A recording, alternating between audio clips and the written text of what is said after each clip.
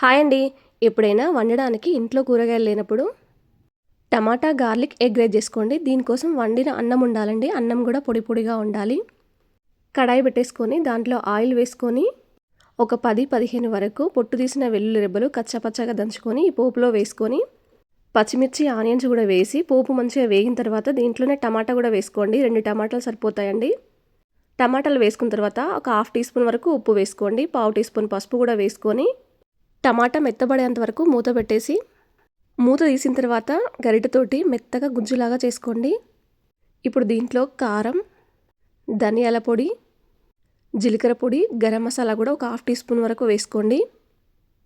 ఇప్పుడు మొత్తం కలిపేసుకోండి మసాలాలన్నీ కలిసేలా. 1 నిమిషం పాటు మసాలాలు ఉడికిన తర్వాత గుడ్లు కొట్టి పోసుకోండి. మీకు ఎన్ని కావాలనుకుంటే అన్ని పోసుకోండి. నేనైతే 4 పోసానండి. ఒక 2 నిమిషాలు అలా వదిలేసిన తర్వాత ఇప్పుడు గరిటెతో కలిపితే పొడి పొడిగా అవుతుందండి మనకు.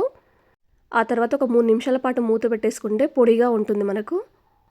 ఇప్పుడు అన్నం, కొత్తిమీర, మిరియాల పొడి వేసి ఒక 2 నిమిషాల పాటు అన్నాన్ని ఫ్రై చేసుకుంటే సరిపోతుంది.